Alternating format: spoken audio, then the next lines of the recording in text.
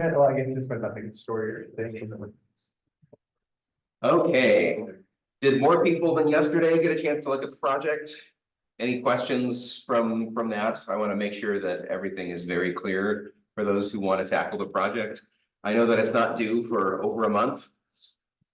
But I'm sure someone somewhere has thought that they want to get started on it. I want to make sure it's clear for that person.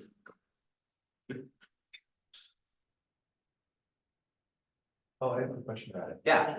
Are we assuming that input.text is hard coded or is it a command line R?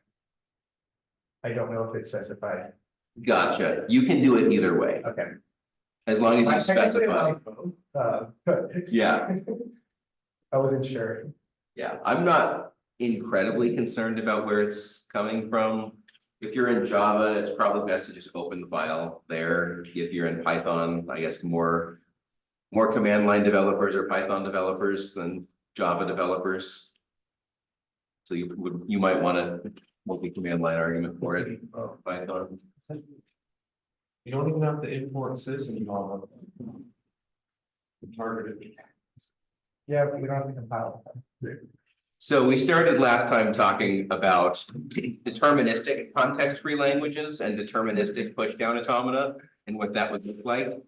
So we learned that we could attempt to turn an NPDA into a DPDA. So here are the things that we would need to do to be able to do that. At most, one move can be made for any input symbol in any stack top. When a lambda transition is possible, there cannot be any other possible transition. We talked about lambda transitions being possible as long as something is being done to the stack.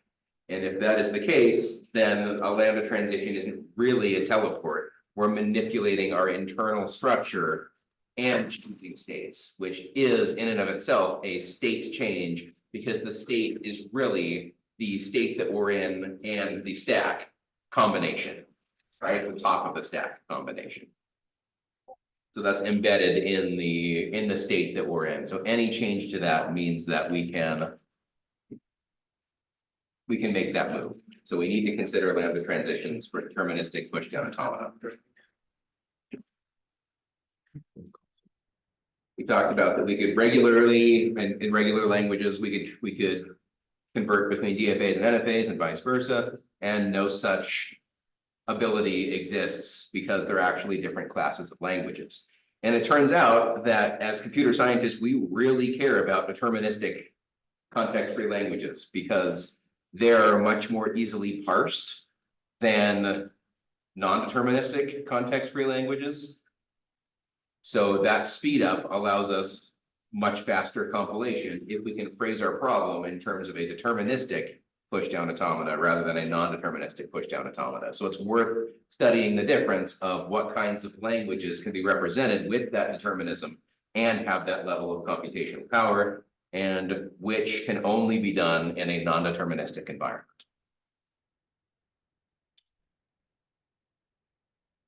So we were very briefly starting to talk about this example where we had two languages. Language one is A to the n, B to the n. Language two is A to the n, B to the 2n. And you determined that they were both context-free because we could simulate them with a stack. For the left-hand language, whenever we see an A, we push an A. Eventually, we transition states. When we see our first B, we transition and start popping A's from the stack. For each B that we see, if at the end of the input, the stack is empty, then we can freely lambda transition over to an accepting state. And that would be the reasoning why this language is context-free, is that we could simulate it with some kind of pushdown automata. And the same thing can be said for A to the n, B to the 2n. The instruction set now is just whenever you see an A, push two A's onto the stack. And when we say our first B, we'll transition over to just reading B's. Once we do this, every B we see, we pop one A. So the stack will only be empty if we've seen twice as many B's as we saw A's, because every A we saw, we pushed two. Every B we saw, we popped one. So that's the intuition between why these are context free. But the interesting thing here is what happens when we take the union of these two. Is the union of these two context-free languages context-free? If you think about it, because the left-hand side is context-free, there must exist a context-free grammar for it. Doesn't matter what it is. For the right-hand side, it's context-free, so there must exist a context-free grammar for it. Is there a single production, given that we had particular start symbols for each the left-hand side and the right-hand side of those associated grammars? Let's say we defined the grammar for the left-hand side as starting with S sub 0 and continuing, and the grammar for the right-hand side started with S sub 1. Could we make a new rule in that grammar that allowed us to kind of choose either the left-hand side or the right-hand side? What would that grammar rule look like? Would it be like does S1 or S2? Yeah. We just make a real start symbol and we say that can either be the left-hand side start symbol or it can be the right-hand side start symbol. Right? Regardless of what the grammars are for the left-hand side and the right-hand side, if they are context-free, then we can represent the union of them by adding this rule to the grammar.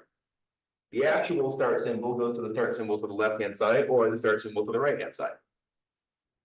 So context-free languages, the way that we intellectually state that is it's closed under union, meaning that if you have a left-hand side that is context-free and a right-hand side that is context-free, the union of those is also context-free for all context-free languages. So it's closed under the union operator, and it's really easy to prove that it's closed under the union operator if you just add this line to your grammar.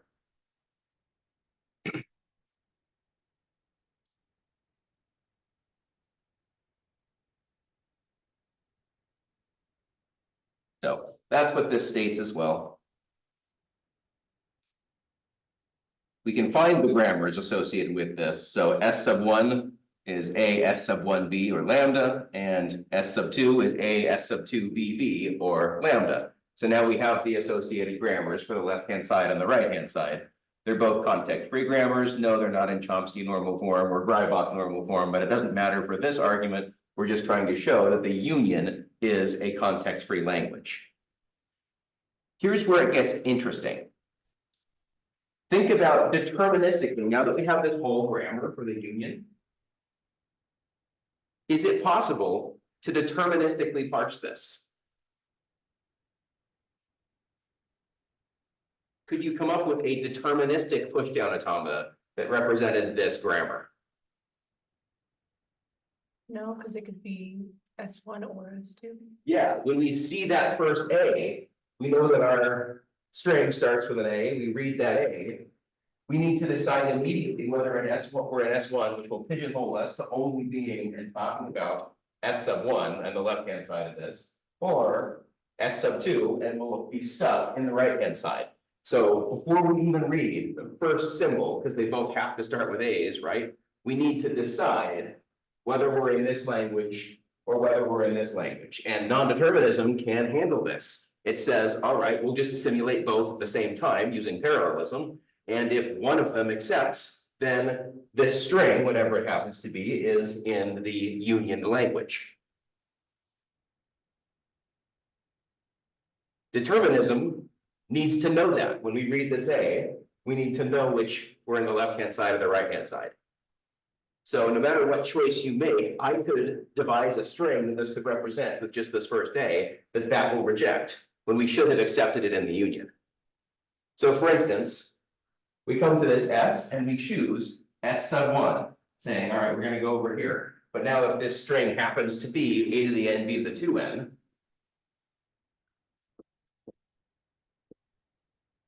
we'll reject when we should have accepted. If on the other hand, we choose S sub 2, this string with just the A happened to be AB, That's A to the N, B to the N, we should have chosen the other one.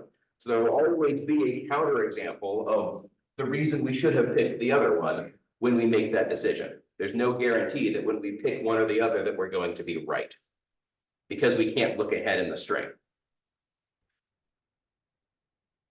So that's the difference between deterministic pushdown automata and deterministic context-free languages and non-deterministic. Often we find in that non-determinism, we have to choose in this first production right away in the grammar when we can't possibly know better. Can't possibly know which path we need to choose to be able to map the input because we can't see the entire input and parse the entire input in advance. We will come up with a way to do this in a couple days, but for now, with this power, we can't do it. Questions?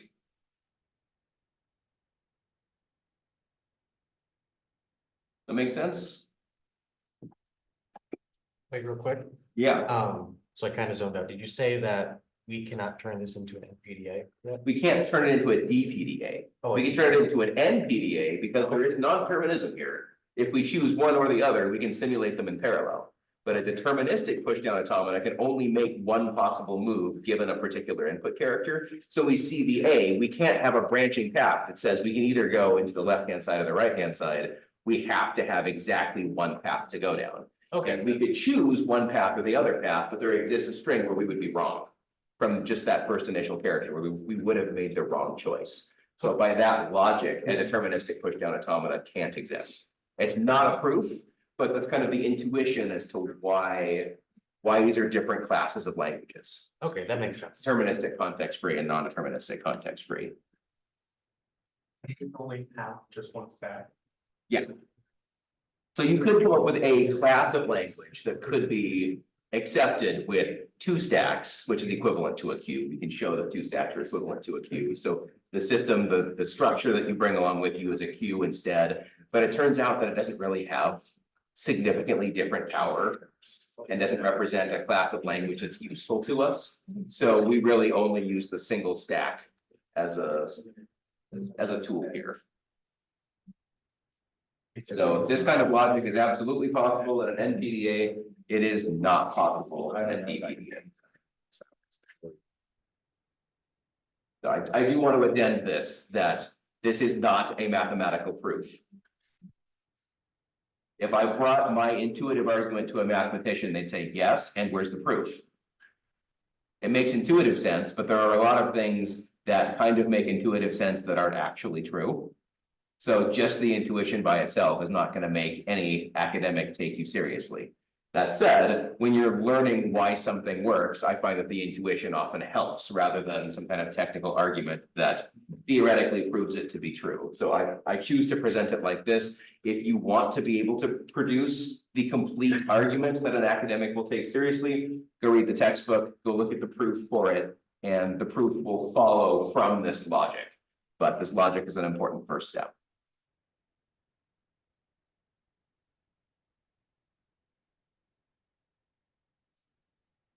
All right, well, if we have a deterministic pushdown automata, then how can we construct or limit a context-free grammar to be able to produce a deterministic context-free grammar?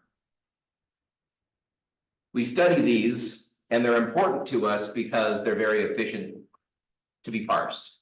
So we're actually going to come back to this problem when we start talking about compilers, because compilers really care about this class of languages. Because if we can represent something deterministically, then we can parse it very efficiently.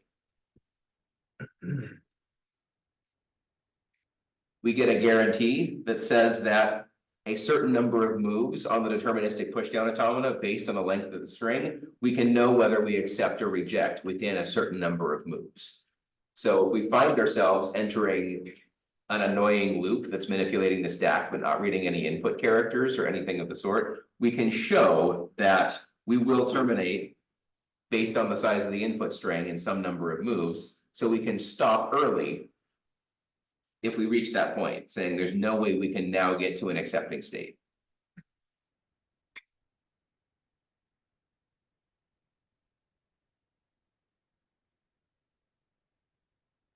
So we introduced a simple grammar a while ago, and we're actually gonna see simple grammars be used here, which is nice.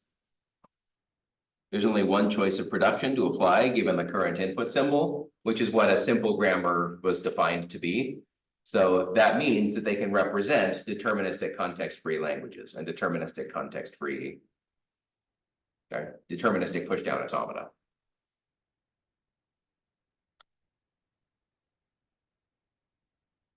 Where are they actually used? We're gonna come back to this after we finish our entire talk on automata and what is computable and not computable and the halting problem and other classes of languages like recursive and recursively enumerable. And we'll come back to this, all right, of what we've talked about. Here is kind of everything that we have to pull from to be able to produce a compiler. So this is one of the places we will go pull from to make what we call an LL grammar. LL stands for left to right, leftmost derivation. We're going to be looking at a particular set of symbols. So we have the currently scanned symbol and some number of symbols ahead of it. So rather than just looking at the first character of the string, we might look at the first 2 characters of the string and the first 3 characters of the string. But the idea is there's always a finite number of characters that we need to look at to be able to determine which production to apply. As an example, here's a grammar, very simple grammar. S can go to A capital SB or AB. How many characters do we need to look ahead in the string to figure out which production to apply?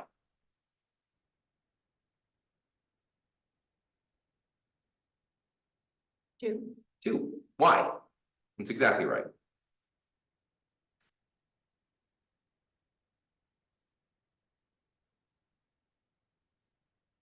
Any intuition? Because if you go to and you're still on, like if you're at an A, you go to and you're still on an A, you know. Yeah. So one example string here is AA. You know, who cares what's after that AA? But if you see AA and you're at this non-terminal, what production do you apply? ASB. ASB, it has to be, right? Because this S is going to be able to produce another ASB, which will be able to produce AA. On the other hand, if we were to apply AB, we'd get a mismatch. If we see, we're at a point where we're at this capital S and we see AB, and you know, maybe there's some stuff after it. There won't be because we're going to apply this production that says we're going to terminate the string.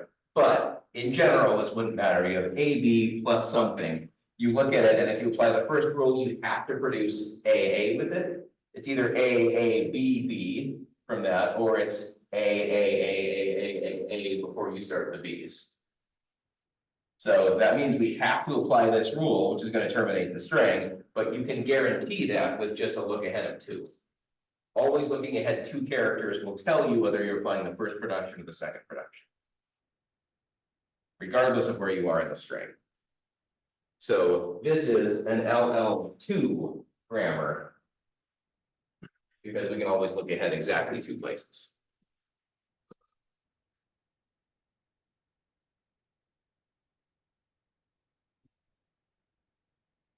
So again, I'm just introducing an idea before we go back and study it in more detail, kind of sprinkling the idea to let it set. LL grammars, we're not diving into that level of detail yet, so don't worry about it. I'm not going to put LL grammar homework problems or exam questions on there yet until we go back and look at it in more detail. Is the following an LL grammar at all? If it is, what LL category is it? LL1, LL2, LL3? How many characters would we have to look ahead to know exactly which production we are applying?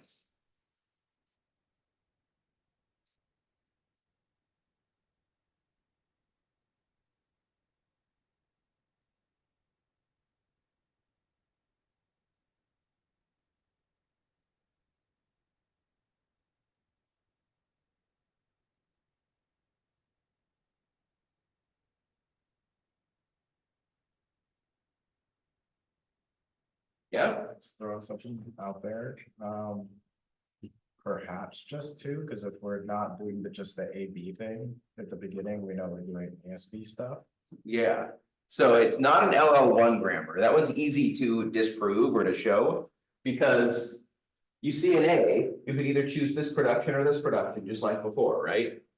So there's no way to determine what production to use if we just read a single character and that character is an A. What about two characters?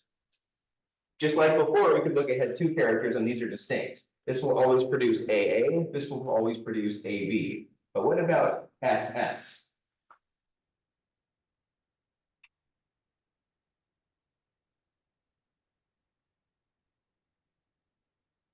Is there a guarantee of what the first two characters are of SS? No. No. Well. I guess the first two characters are AA, but after that you can't. Really- What if the SS is AB? I don't know. You're close. Could you not have it, be any number, because technically you could have however many ABs, or AAA, BBBs in a row before you'd be able to find out if it should be an SS.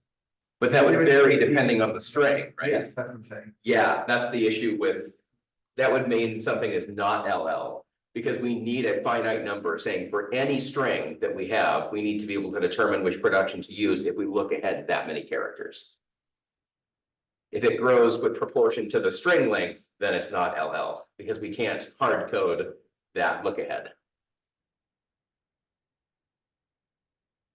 So this is not LL of 2, because SS can either produce AA or AB, which means that there's ambiguity with both this and this. We read AA, do we apply SS or do we apply ASB? We don't know yet. If we see AB, do we apply AB or do we apply SS? We don't know yet, not with two character look aheads. So if we move on and we say, okay, 3 character look aheads. If we can look 3 characters ahead and we just see AB, there's no third character, we know we're in this situation. But ASB, what are all of the 3-letter combinations that can produce with 3 character look aheads? This requires you to really start thinking about this as a parse tree, right? We need 3 characters, at least 3 characters produced by ASB. So we could apply this and then that to get AABB. So AABB. So the AAB would be the first 3 characters of that particular look ahead. We could get ASS such that this becomes it's gross. It's gross. I don't even want to do this. This is not easy. With capital S is going to be even harder, but we'll see that this can generate the same prefix that this can with 3 characters. So that means that there's some ambiguity and we don't know which production to pick with size 3.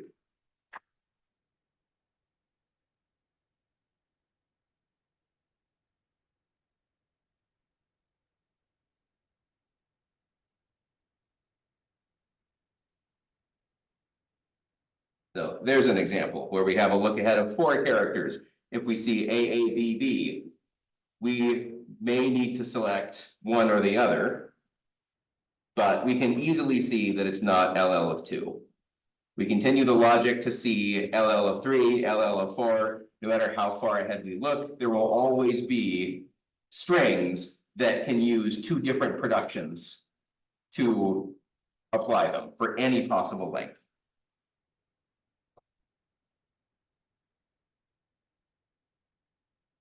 So that means we're never going to know for sure which production to choose, which means that it can't be deterministic. We can't build some kind of determinism that says, look ahead some number of symbols, and because of this, we know which production to choose. Because of this, we need non-determinism to simulate multiple threads at a time to be able to answer the question, is it in the language? Without doing a massive exponential type search. Or we could apply the CYK algorithm if we could convert this grammar into Chomsky normal form, we could apply that and have a cubic time solution. But LL of 1, LL of 2, LL of 3 are all linear. We can determine very quickly which production to pick and then go down it, which means there's no search space.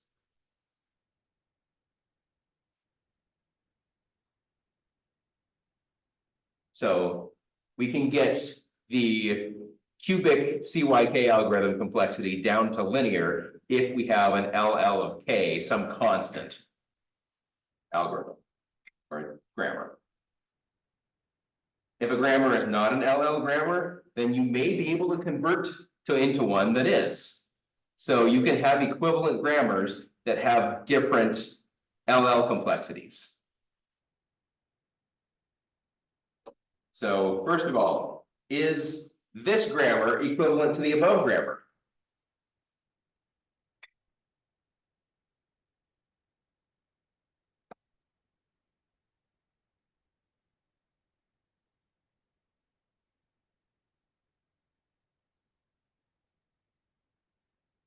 Can we produce each production in the above with this?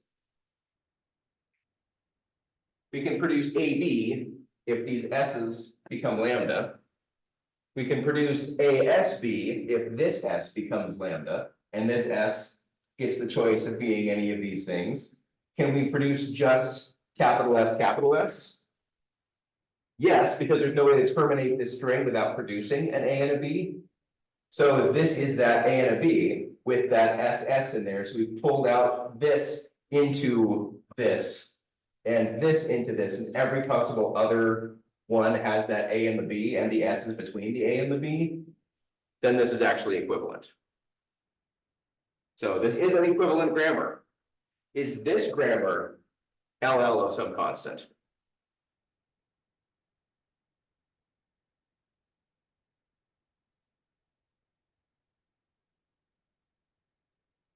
We need to know whether this S becomes A capital S, B capital S, or whether this becomes lambda. We read an A, we know that this S doesn't become lambda, right? It becomes A capital S, B capital S. So this is LL of 1. We only need to look ahead one character. If it's an A, this S becomes this. If it's not, we're done. This S becomes lambda. So different grammars can have different levels of parsing capabilities. So now we need to think about in addition to the time complexity of our code, there's kind of the LL complexity of our grammar and whether the LL complexity of the grammar is minimized. Compilers are very technical things. If you don't have an appreciation for what a compiler does for you yet, you will by the end of this class. It does some amazing stuff.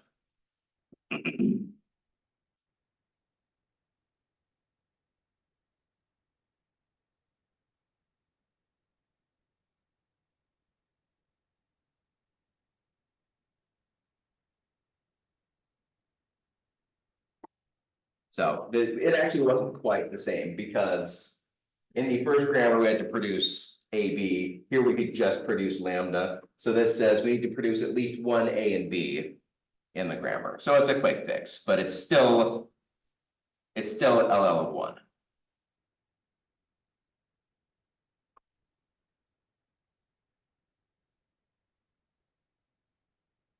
Questions on anything so far?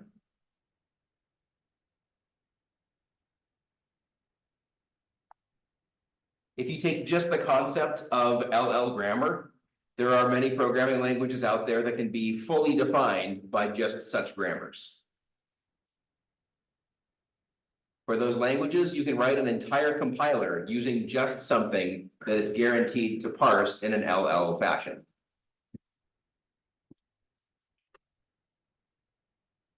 But there's not a full pairing between deterministic context-free languages and LL grammars. There are differences.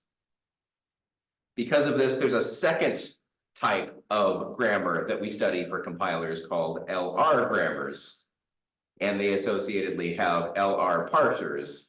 And we're gonna come back and study both LL parsers and LR parsers once we get to talking about compilers. But to be able to do that, we're gonna have to bring back our discussion of grammars and parsing grammars and the membership question with grammars so that we can efficiently talk about how can we efficiently parse programming language type structures. It's not just can we parse it, but now it's can we parse it efficiently. So that's kind of the hint, the look ahead for why we've been studying what we've been studying. It becomes a tool that's used when we talk about building compilers. End of this set of slides. Any questions before we move on to everybody's least favorite topic? Stay here while we can. I thought we already had that with the pumping lemma. Yeah, Oh, these are more pumping lemmas. oh.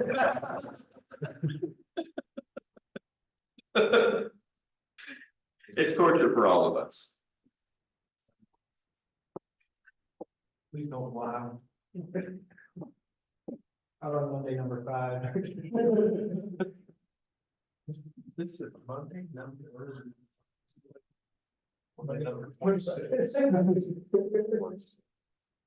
Okay, so just like when we talked about regular languages, there was this dangling question that hadn't been answered by anything that we'd studied so far. It said, all right, we know how to determine whether a language is regular. We can prove regularity, but we could not prove irregularity. We could not prove something was not regular.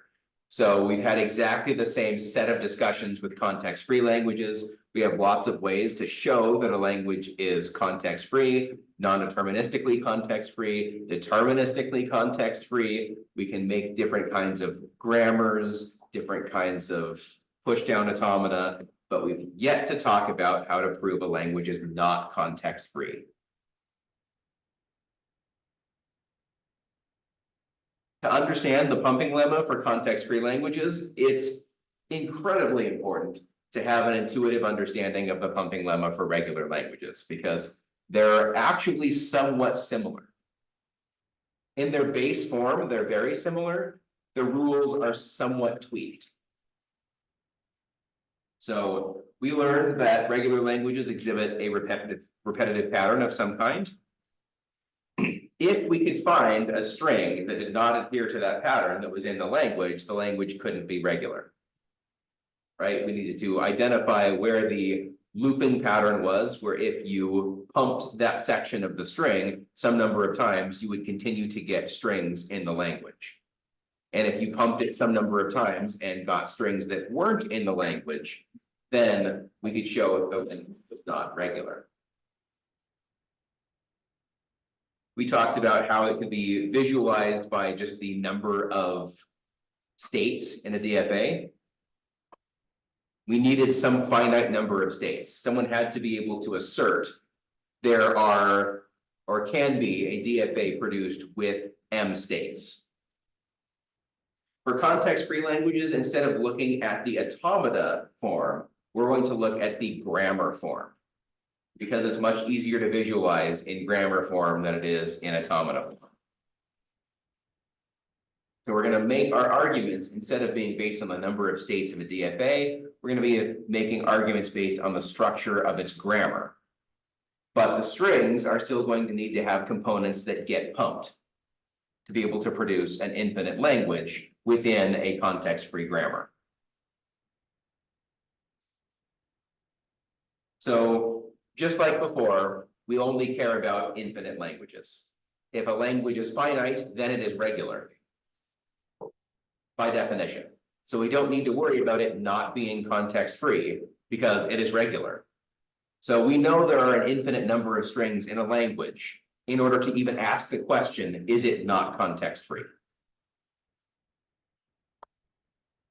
We need some way to produce a non-terminal and via some number of productions going through that, be able to reproduce that non-terminal.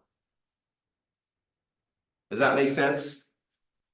Like if you have something like S arrow A S B or lambda, something. As simple a grammar as we can make, this S non-terminal can produce itself. And so we get a loop, just kind of like we did in a DFA, where you can continue to pump that to be able to produce more and more and more strings in the language. The number of times this S becomes this S just blows up the length of the string, and there's no limit to the number of times that we could repetitively define S in terms of itself. Recursively. We can see this in other grammars where maybe we have S go to A go to B, C, D, B go to C, and so, but eventually we get back to a non-terminal that we've seen before. So we can go through that looping process where via some number of productions, we define a non-terminal in terms of itself. An example of this might be something like, let's actually draw it out. Need to refill this marker. Goodbye, blue. It was nice using you. Hello, red.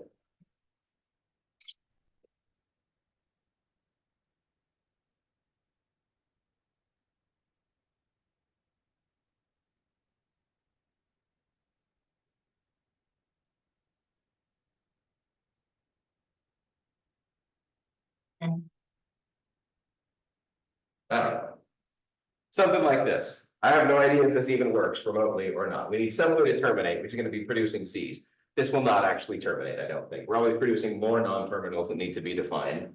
So I guess we can throw something that can terminate on an A. Doesn't matter. You add some abilities for this to terminate. But the S can produce an A and a B, the A can produce a B, the B can produce an A again. So we have this loop embedded in this where an infinite number of times we could go through the loop of defining A in terms of BC, C in terms of A, the A is going to appear again and again and again and again some number of times. So that's how we get that repetitive pattern within a grammar. So that's where our loops are going to show up.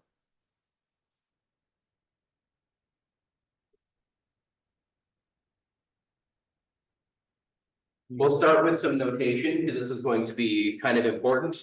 The arrow star like this says via some number of productions. It doesn't necessarily have to be a single production, but you apply some number of productions and eventually end up with some string V, some string Y, and this same non-terminal. You also need to be able to go from that non-terminal to a terminal of some kind via some number of productions. So it needs to be able to terminate, and it also needs to be able to generate itself.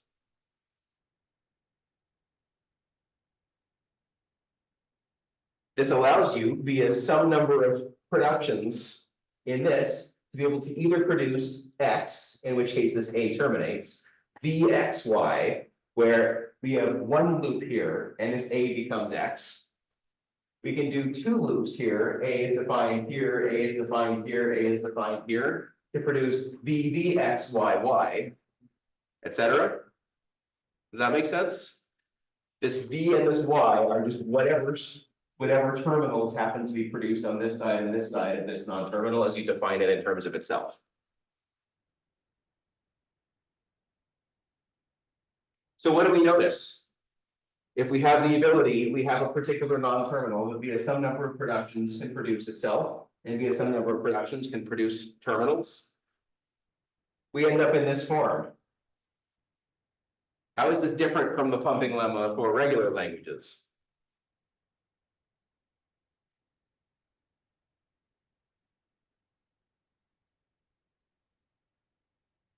For regular languages, we had this string X, this string Z, and some loop Y that we repeated I times.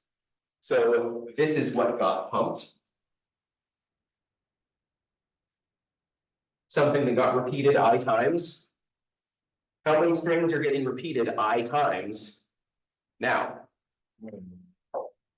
We have two of them. We kind of have here and here, B and Y. If we wanted to talk about this, we'd have B to the I, X, Y to the I.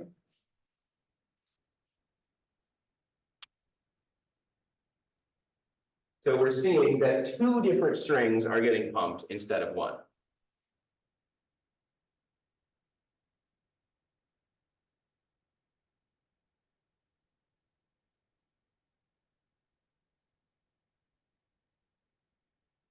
Note that also, this pump can happen anywhere.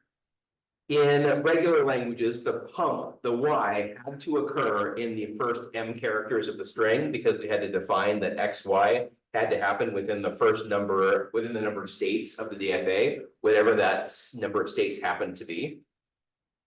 So if we define the string that we are parsing in terms of the number of states of the DFA, then we had a way of saying that this had to occur at the beginning of the string, within the first M characters of the string. Such an argument does not exist for the context-free pumping lemma. This V and this Y that get pumped can occur anywhere in the string.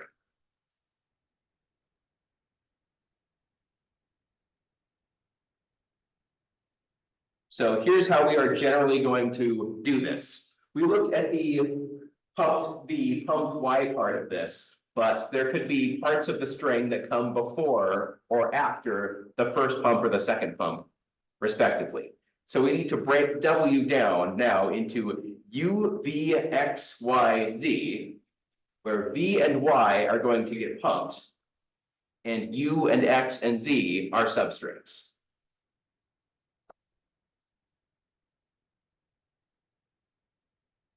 So we have an infinite context-free language. Just like before, there's going to exist some M such that for any string in the language that's longer than that M, it can be decomposed into these 5 components such that the rules are the length of VXY does still have to be less than or equal to M. So the 2 pumps have to occur close together. But where they occur in the string varies or can vary. Finally, the length of the combined substrings that get pumped have to be greater than or equal to 1. So we can pump one part of it, the other part of it, or both parts of it, and get strings in the language. So here's kind of what this looks like. We use from the start non-terminal via some number of productions, we need to be able to produce U at the front and Z at the back. These are constant substrings. So via some way we get to this concept of however we break this down into U, V, X, Y, Z. If we look at the grammar needs to go from S to this important recursive non-terminal that can generate itself. In the process of going from S to that, that's what produces U and Z, the front part and the back part. It's kind of the constant substrings that get us from the start non-terminal to the non-terminal of interest, the recursive non-terminal. Yeah, What does the asterisk above the arrow mean? that just means be a some number of productions. It does not have to be a single production. This should be like kind of, it's implicitly meant, I believe, but unlike normal asterisks we see, it has to at least happen once and not 0 times, right? It's like normally we've seen S could be the important non-terminal. Like for instance, in that first grammar that I drew, S arrow A S B or lambda. Now S is the recursive non-terminal. And then this would be the U would be empty and the Z would be empty because to get to that non-terminal, we applied 0 productions.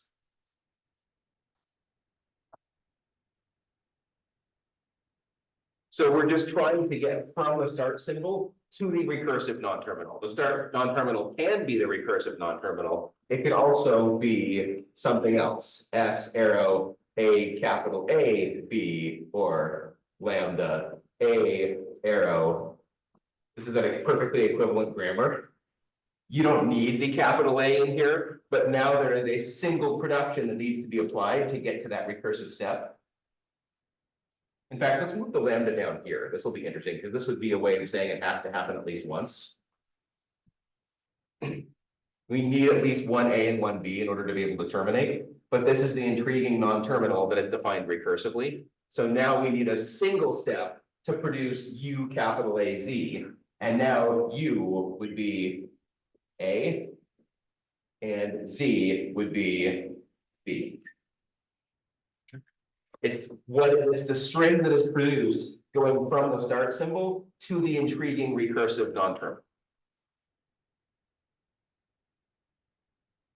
No matter how many times we pump this, that A and that B still need to be there at the beginning and at the end of the string because we needed to produce them to get to this point.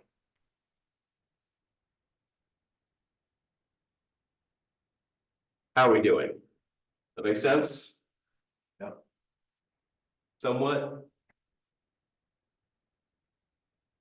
So rules we're gonna follow, the pumped sections B and Y need to be within M characters of each other. And the total amount that's being pumped has to be at least one character, which means that having both sections of this be pumped is optional. One section or the other section or both sections should continue to produce strings in the language.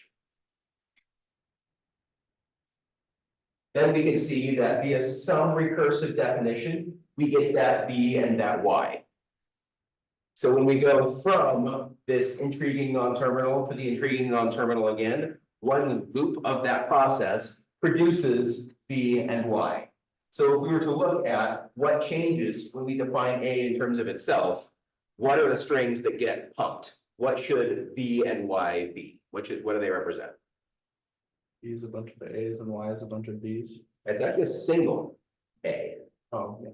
So this should look like a U, not a V. U, B, that is also an A, and Y is a single B. Because the loop only has one.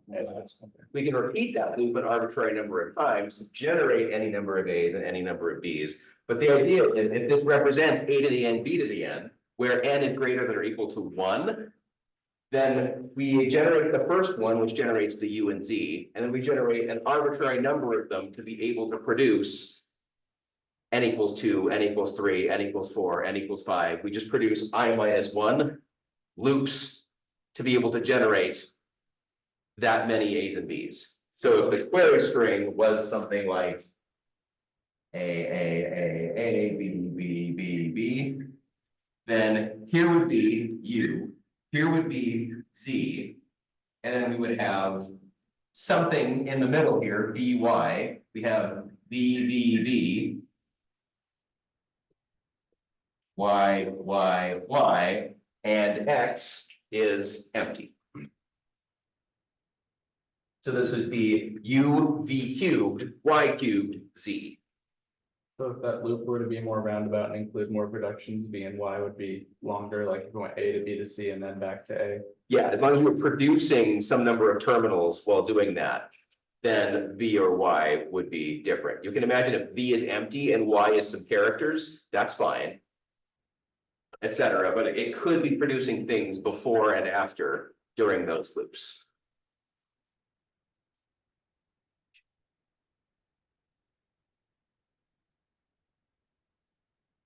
So we get U v to the I, X, Y to the I, Z via some breakdown. And for all I values, this needs to produce more and more and more strings in the language, which you can map directly to A to the N, B to the N, no matter how many times we pump V and Y, as long as it's the same number of times, which is why it has to be consistent across this. V and Y have to be pumped the same number of times in order for this to work. So you produce A to the N, B to the N as long as V and Y are pumped the same number of times.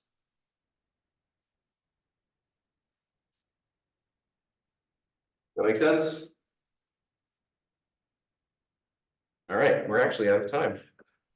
As exciting as this was, we'll come back to this on Monday. Note that my plan is to release a study guide by the end of the day today. So we have an exam a week from today. I will be getting that out to you by the end of the day, so you can start to take a look at it. At the beginning of class next week, I'll be asking people to have a study guide, and we can go over the study guide material, come up with practice problems.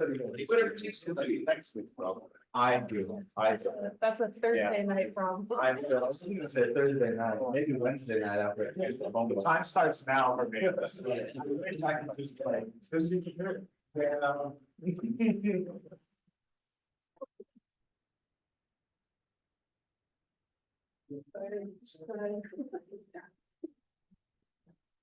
Have a good weekend. I'll put it in this for.